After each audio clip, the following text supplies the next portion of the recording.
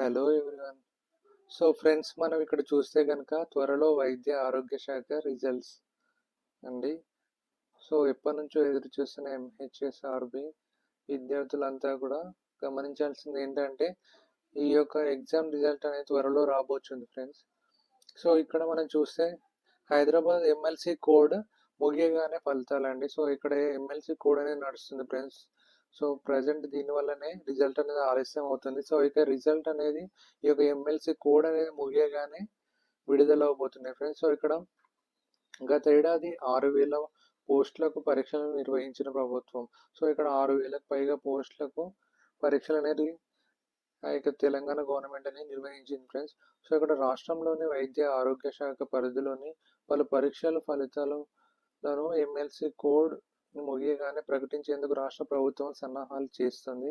So ఇక్కడ దాదాపు 6,000కు పైగా పోస్టులకు గతంలో పరీక్షలు నిర్వహించగా హైదరాబాద్ స్థానిక సంస్థలు ఎమ్మెల్సీ కోడ్ అమలుతో ఫలితాలు నిలిచిపోయాయి ఫ్రెండ్స్. సో ఇక్కడ కోడ్ ముగియగానే ఈ యొక్క నెల చివరిలో లేదా మే నెల మొదటి వారంలో ఫలితాలు విడుదల చేసేందుకు సర్కారు రెడీ అవుతుంది. సో ఇక నెల చివరి వారం లేదా మే నెల మొదటి వారంలోగా ఫలితాలు అనేది విడుదలయ్యేందుకు తెలంగాణ గవర్నమెంట్ సిద్ధంగా ఉంది ఫ్రెండ్స్. సో ఇక్కడ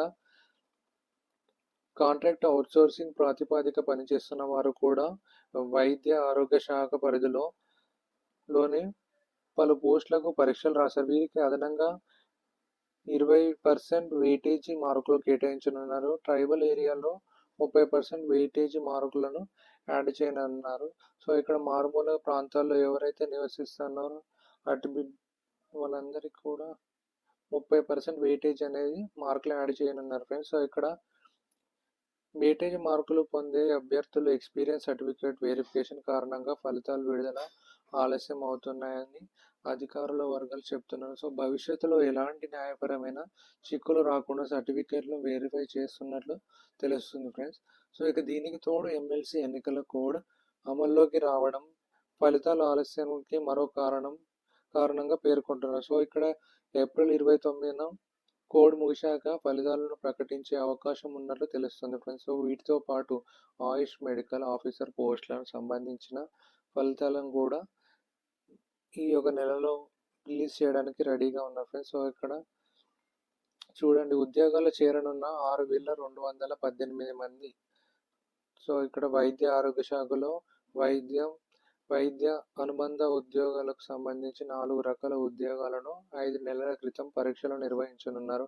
గత నవంబర్ డిసెంబర్లో 1,284 ల్యాబ్ టెక్నీషియన్ పోస్టులు, 2,300 నర్సింగ్ ఆఫీసర్ పోస్టులు, 6,033 ఫార్మసిస్ట్ పోస్టులు, 1,930 మల్టీపర్పస్ హెల్త్ అసిస్టెంట్స్ పోస్టులకు పరీక్షలు నిర్వహించారు. మొత్తంగా చూస్తే కనుక మనం 6,147 పోస్టులకు సంబంధించి 1,00,000 మందికి పైగా అభ్యర్థులు ఫలితాల కోసం ఎదురు చూస్తున్నారు.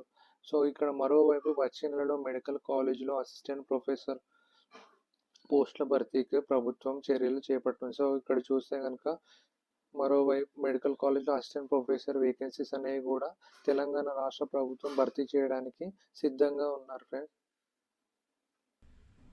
ఇలాంటి మరెన్నో ఇన్ఫర్మేటివ్ వీడియోస్ కోసం ప్లీజ్ లైక్ అండ్ సబ్స్క్రైబ్.